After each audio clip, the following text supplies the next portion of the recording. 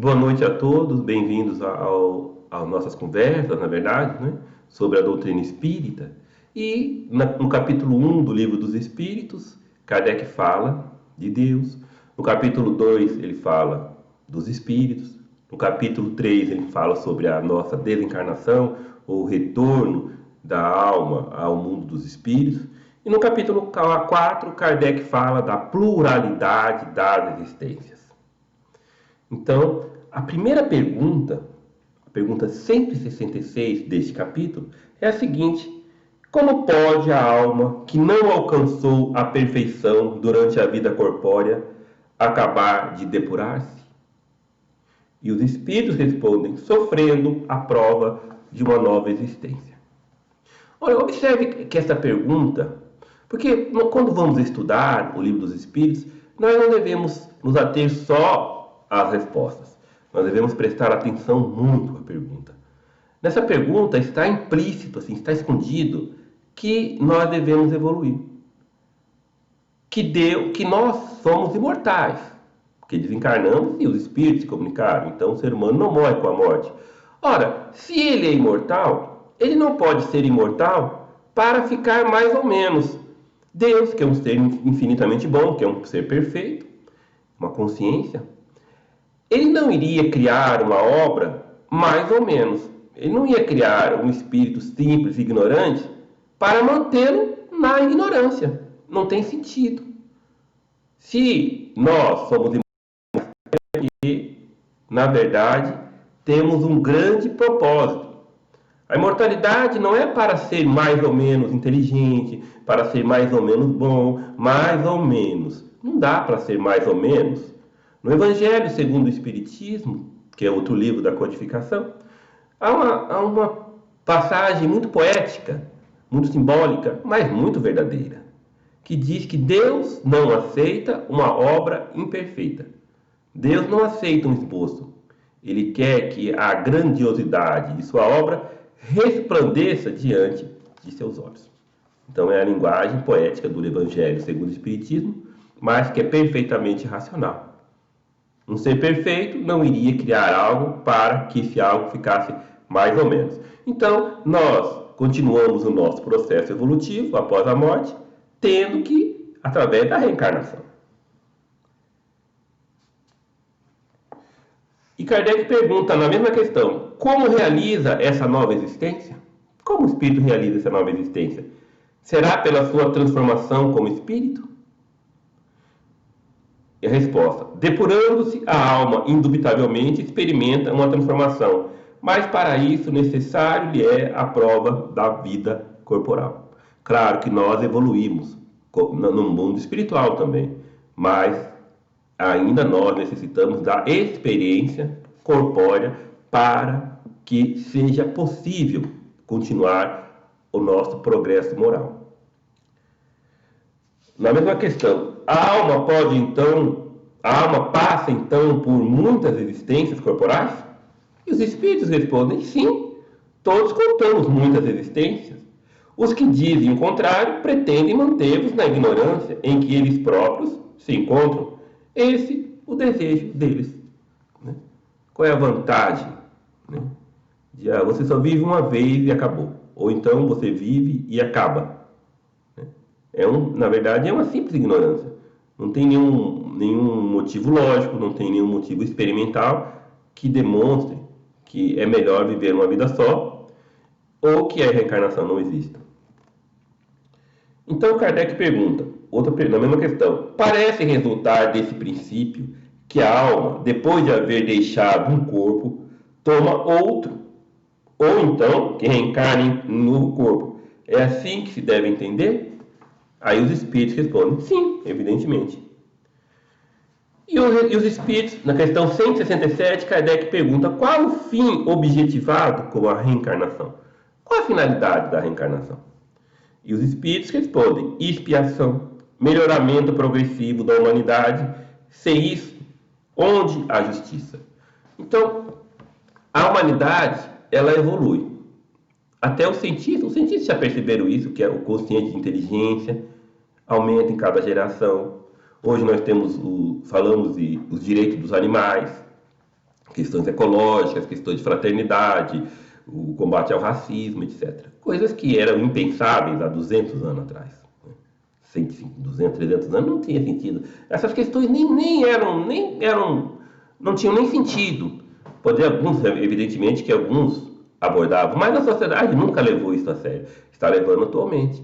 Então o homem evolui, porque são os mesmos espíritos, que somos nós, que retornamos melhorados. São os mesmos espíritos. As sociedades evoluem porque os espíritos reencarnam. As sociedades não se tornam mais inteligentes e mais moralizadas apenas porque nasceram num ambiente diferente, como se esse ambiente fosse uma geração espontânea, fosse formar a si mesmo como por encanto. Não. Então, o objetivo da reencarnação é a melhora gradativa da humanidade e a expiação. Expiação é consertar, na verdade, o que foi feito de errado. A expiação é um conserto, é pagar as nossas dívidas. Nós pagamos de várias formas, mas é necessário esse resgate. É necessário. Isso é uma questão até de justiça. Isso é uma questão de justiça. Você corrigir o que você fez de errado. Já que você é imortal, já que você não morremos, então o que nós fizemos de errado é natural que venhamos a consertar isso. Por isso que os espíritos fazem outra pergunta na resposta. Eles dizem: qual o fim objetivado com a reencarnação? Expiação, melhoramento progressivo da humanidade. Sem isto, onde estaria a justiça?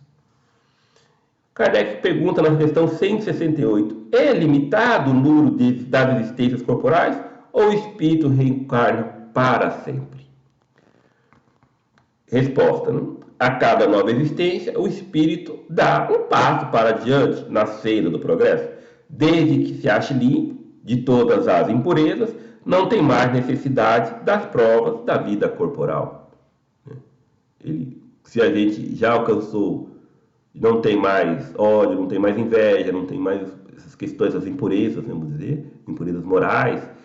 Se nós desenvolvemos a inteligência totalmente, o máximo que podemos, então não temos mais a necessidade de uma provação no plano da matéria. Não temos. O espírito pode continuar ainda o seu aprendizado, mas não mais necessita da sua reencarnação. Questão 169. É invariável o número das encarnações para todos os espíritos? Ou seja, o número de encarnações para todo mundo é igual? Por exemplo, 1000 encarnações, 10.000? Eu estou dando um exemplo numérico, né? Aí os espíritos disseram: não. Aquele que caminha depressa, a muitas provas se forra. Todavia, as encarnações sucessivas são sempre muito numerosas, porquanto o progresso é quase infinito. O progresso é quase infinito. Claro que não pode ser infinito. Chega um ponto que o espírito tem que atingir a perfeição. Esse ponto, acabou o progresso. Né? Ninguém progride pelo infinito. Não tem sentido progredir infinitamente. Né? Não existem coisas infinitas para aprender, né? Vamos dizer assim. Não existem coisas infinitas para aprender. Ninguém aqui está querendo nenhum espírito é responsável por dar origem a universos, né? A ser onisciente. Isso é para Deus, né? Nosso poder, a nossa capacidade evolutiva chega ao fim. Nós atingimos a perfeição para a criatura humana, né? Para nós. Né? Não é a mesma perfeição de Deus. Evidentemente que Deus é onisciente.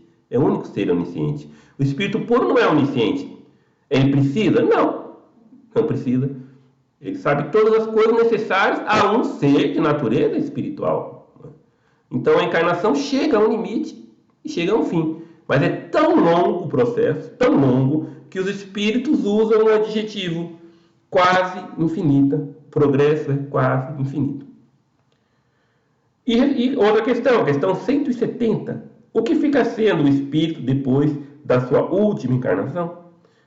E os espíritos respondem: espírito bem-aventurado, puro espírito. Né? Um espírito perfeito, um ser angelical, um anjo, né? Na tradição católica é chamado de anjo. Nós, na literatura, na nomenclatura espírita, chamamos de espíritos puros, mas são os mesmos espíritos. Né? Na questão 171, em que se funda o dogma da reencarnação? Aqui é interessante que chama de dogma. Dogma não é no sentido de dogma teológico, aquilo que não pode, tem que ser aceito de qualquer jeito, não. Dogma aqui é no sentido de princípio. A palavra dogma também tem essa qualificativa de princípio, em que se funda o princípio, o dogma da reencarnação. E os espíritos respondem: na justiça de Deus e na revelação, pois incessantemente repetimos, o bom pai deixa sempre aberta a seus filhos uma porta para o arrependimento. Vocês imaginem só, né? Uma pessoa, se fosse verdade que o inferno existisse, aí alguém ia para o inferno, milhões, né? Então, ou bilhões, não sei, mas você chega no inferno, pensa melhor, né? Reflete e se arrepende. E começa a se tornar uma pessoa que quer fazer o bem. Você muda suas ideias, muda suas opiniões. Mas você está lá no inferno. Não adiantou nada você se tornar melhor. Você vai continuar sofrendo. Ora, isso é injusto. Por isso que o Espiritismo não aceita o inferno, não aceita essa concepção do inferno. Não é? Por isso que existe a reencarnação. A pessoa nós podemos fazer muitas coisas erradas, mas se nós nos arrependemos, nós temos o direito de consertar, temos o direito de começar a gostar do bem e a nos tornar bons. Por isso que os espíritos falam que um bom pai jamais fecha a porta do arrependimento ao seu filho. Nós não fazemos isso, nós não somos perfeitos, muito distante disso, né? Nós não fazemos isso, porque Deus condenaria os seus filhos ao fogo do inferno eterno. Não existe isso. A questão é um pouco longa, não vou ler toda a questão. A questão 172. As nossas diversas existências corporais se verificam todas na Terra? Os espíritos respondem não. Vivemos em diferentes mundos. As que aqui passamos não são as primeiras, nem são as últimas. São, porém, das mais materiais e das mais distantes da perfeição. O espírito encarna em vários mundos. Nós todos já encarnamos em outros mundos. Nós somos espíritos ainda bem perfeitos, mas não somos espíritos primitivos. Tem espíritos mais atrasados do que nós. Mas nós estamos num dos níveis mais atrasados, né? Os espíritos podem responder isso porque eles sabem de outros mundos, né? Eles sabem, eles são bem, os espíritos da codificação, eles próprios já são bem mais avançados do que nós. Não são espíritos comuns. A questão 173. A cada nova existência corporal, a alma passa de um mundo para o outro ou pode ter muitas existências aqui na Terra? Ou seja, cada vez que nós nascemos, nós vamos para outro mundo ou volta para a Terra? Aí os espíritos respondem: podem viver muitas vezes no mesmo globo, se não se adiantou bastante para passar ao mundo superior. Se nós não passamos para o mundo superior, não há vantagem, não podemos. Nós não avançamos o suficiente para que sair da Terra, né? Nossos vínculos afetivos, nossos compromissos espirituais, nossos processos expiatórios estão aqui. A Terra ainda tem que nos oferecer um aprendizado do ponto de vista moral, do ponto de vista intelectual. Então não haveria vantagem de ir para outro mundo. Então nós reencarnamos nesse mundo, até quando esse mundo já não mais condiz com a nossa evolução. Ele não pode oferecer mais alguma coisa do ponto de vista moral ou intelectual superior, né? Por exemplo, em física, quem seria o professor de física de Einstein? Não tem, né? Ele é o maior físico da época, né? Um dos maiores físicos da sua época. Então ele não teria um professor para dar aula para ele. Então quando um indivíduo adquire um intelecto muito avançado, e não só o intelecto, mas a parte moral, né? A moral e o intelecto, ele passa para outros mundos, quando o mundo em que ele se encontra não tem mais o que oferecer a ele.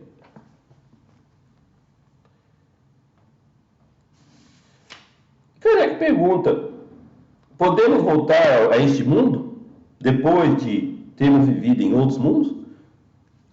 Os espíritos respondem: sem dúvida. É possível que já tenha vivido antes na Terra. Questão 174. tornar a viver na Terra constitui uma necessidade? É uma coisa assim necessária? Não, não é uma coisa, não é uma necessidade a priori, não. Mas se não progredistes, podereis vir para outro mundo que não valha mais do que a Terra e que talvez até seja pior do que ela. O que nós não podemos é ir para um mundo mais evoluído que nós. Porque o mundo tem a evolução intelectual, tem a evolução moral de acordo, né, condizente com os seus habitantes. Um mundo feliz é feliz porque lá tem espíritos bondosos, espíritos felizes, tem espíritos bons. Se coloca espírito atrasado no mundo feliz, esse mundo já não é mais feliz. Esse mundo é uma mistura, né? Se você coloca espíritos muito primitivos no mundo de regeneração, não tem cabimento para eles, né? Mas vamos supor que o mundo está evoluindo. Nós fomos transportados para o mundo, para o ano 5000. Imagine a matemática, os conceitos morais, a ética, a fineza das pessoas do ano 5000. Nós iríamos estar lá totalmente deslocados. Estaríamos como seres primitivos, traríamos perturbação a esse mundo. Então, o espírito só se transfere para um mundo melhor quando ele próprio está melhor. Porque o mundo melhor é o resultado de espíritos melhores. É o resultado de espíritos melhores. O mundo não é melhor porque criam-se novas leis, porque por decreto, porque obriga as pessoas a serem boas. Não tem como obrigar a pessoa a ser honesta, tem como vigiar a pessoa, mas obrigá-la a ser caridosa, obrigá-la a ser honesta, obrigá-la a ser inteligente. Imagine você uma lei para fazer você ficar inteligente. Eu gostaria que essa lei fosse aplicada. Agora todo mundo tem que ser mais inteligente, todo mundo tem que ser bom, todo mundo vai ter justiça social, porque todos seremos justos. Isso é uma abstração apenas, né? Isso é uma abstração. O mundo é o resultado dos seus habitantes, da sua sociedade.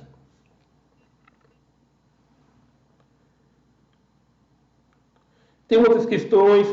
Questão 177. Para chegar à perfeição e à suprema felicidade, destino final de todos os homens, tem um espírito que passar pela fieira de todos os mundos existentes no universo?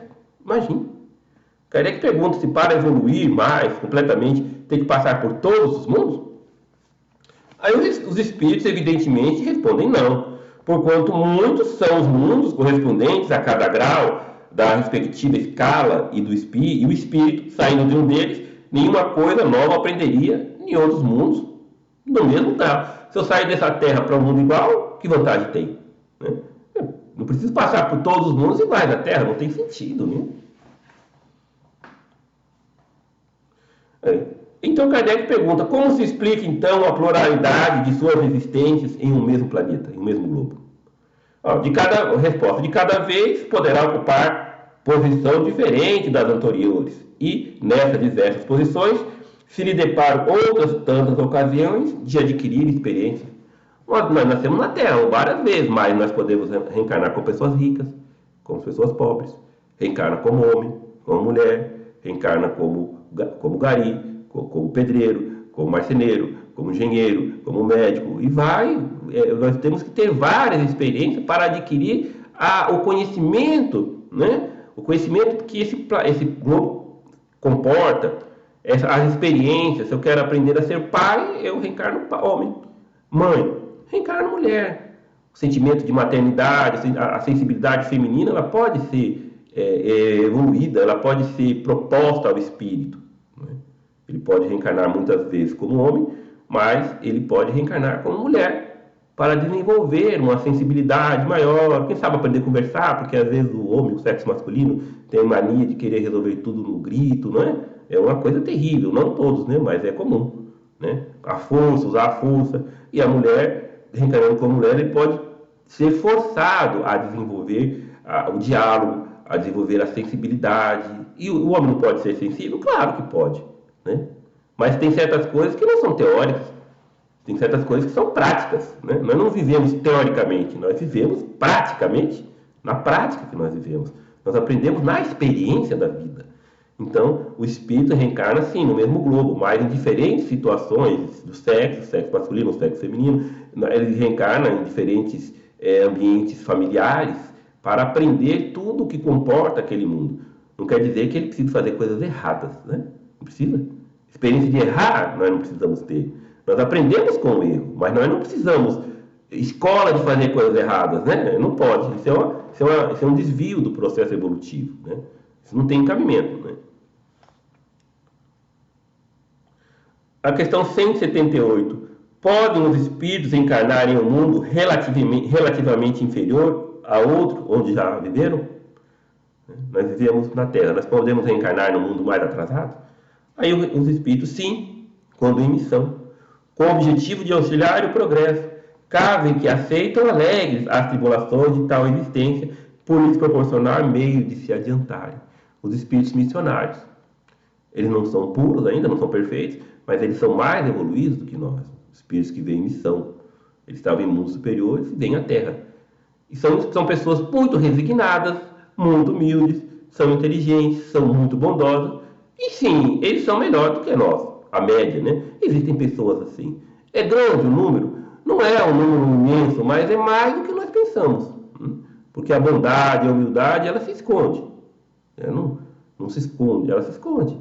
A pessoa humilde, ela não expressa tudo que sabe, não entra em questões, em atritos. Então, ela tem uma vida mais útil do que uma vida, um show, né?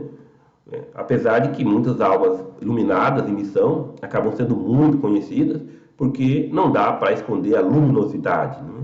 Uma luminosidade de um Chico Xavier, como pode ser escondida, né? Como pode ser escondida? Como vai esconder a bondade de uma Madre Teresa? Como é que você esconde uma coisa dessa, né? Mas, a outra pergunta, mas não pode dar-se também por expiação? Não pode Deus degradar para o mundo inferior espíritos rebeldes? Ou seja, o espírito é mais adiantado, está no mundo mais adiantado, mas não pode, por expiação, vir ao mundo mais atrasado? E a resposta dos espíritos. Os espíritos podem conservar-se estacionários, mas não retrogradam. Ele não pode piorar. A gente estaciona um tempo, ou não, depende da boa vontade ou da má vontade. Se tiver boa vontade, não estaciona. Se tiver má vontade ou a vontade neutra, fica parado um tempo naquele mesmo processo, naquele mesmo grau evolutivo. Ele fala, os espíritos podem conservar-se estacionários, mas não retrogradam. Em caso de estacionamento, a punição deles consiste em não avançarem, em recomeçarem, no meio conveniente à sua natureza, às existências mal empregadas. Depois, se o espírito não evoluiu, ele não vai ter como punição reencarnar na Terra. Não pode. Ele pode ir para o mundo igual ao seu processo evolutivo. Ele vai, se o mundo está avançando muito, vai avançar e ele não consegue, ele está estacionado, mas é uma questão pessoal do livre-arbítrio. Ele vai para outro mundo parecido com o que ele estava. Não vai para o mundo inferior, né? Ninguém vai ser punido porque estacionou, né? Porque estacionou não vai ser punido. O ruim é apenas continuar na mesma situação, né? Em caso de estacionamento, a punição deles consiste em não avançarem, em recomeçarem, no meio conveniente, a sua natureza, às existências mal empregadas. Aqui fala, quais os que têm de recomeçar a mesma existência? A resposta, os que falirem em suas missões ou em suas provas. Falir uma missão não quer dizer que fez coisas erradas, simplesmente não conseguiu cumprir uma missão ou as suas provas. Claro que quando faz coisa errada, obviamente que fracassou, né? Quando a gente faz coisas erradas, muitas coisas erradas a vida toda, fazendo mais coisas erradas do que certo, é um fracasso. Ninguém tem como missão vir ao mundo para fazer coisa errada. Nem missão, nem prova, né? Nem missão, muito menos, nem prova. Ninguém tem aprovação de ser corrupto, de fazer coisa errada, não é nada disso. Isso aí não existe, né? Os seres que habitam cada mundo hão todos alcançado o mesmo nível de perfeição? Se você está no mundo, quer dizer que todos têm a mesma perfeição do que você? Aí os espíritos falam, não, dado como o que ocorre na Terra, uns espíritos são mais adiantados do que outros. Claro, a gente vê isso, isso é um fato. Tem pessoas mais inteligentes aqui na Terra, pessoas menos inteligentes, pessoas muito bondosas, pessoas pouco bondosas, pessoas maldosas, né? Tem pessoas super honestas, pessoas super corruptas. Isso aí é notório aqui na Terra, nos outros mundos também. Claro que se uma pessoa está no mundo regenerado, no mundo feliz, ela não é corrupta, ela não é maldosa. Isso aí. Mas não quer dizer que nesses mundos, né, São todos iguais, têm o mesmo nível intelectual, o mesmo nível moral? Não, mas tem um nível condizente com aquele mundo. A não ser os espíritos que vêm em missão, porque aí eles já estão mais adiantados. Passando a questão 180. Passando deste planeta para o outro, conserva o espírito a inteligência que aqui tinha? E os espíritos respondem, sem dúvida, a inteligência não se perde. Pode, porém, acontecer que ele não disponha dos meios para manifestá-la, dependendo isto da sua superioridade e das condições do corpo que tomar. Às vezes um espírito intelectual, um espírito muito intelectual, de uma grande cultura, ele reencarna num meio social que não consegue estudar. Então ele não vai ter essa cultura toda, né? Ele não pode inventar, ele não se lembra das vidas passadas. Ele podia saber 10 línguas em outras vidas. Podia ser um poliglota, saber 5, 10 idiomas, mas nessa encarnação ele pode ser analfabeto. Isso aí não é incomum, né? Não é para avaliar a evolução intelectual, a cultura de um espírito só olhando essa encarnação atual, de forma nenhuma. E a inteligência também, porque a pessoa pode nascer com deficiência mental, com retardo mental, né? Pode ter hipertiroidismo congênito, pode evoluir para a idiotia, que se chama, né? A idiota não é no sentido vulgar, mas no sentido de uma certa QI mais baixo. Mas não quer dizer que como espírito ele tem deficiência mental. É o corpo que é deficiente, então ele não pode manifestar aquela inteligência, que às vezes é uma inteligência brilhante. Às vezes por processos expiatórios, uma inteligência brilhante, ela vem num corpo deficiente.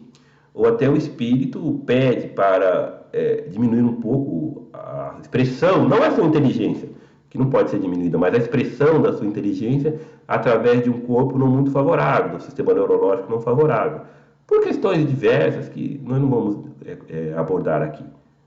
Então, eu acredito que esse assunto é um assunto muito interessante, né?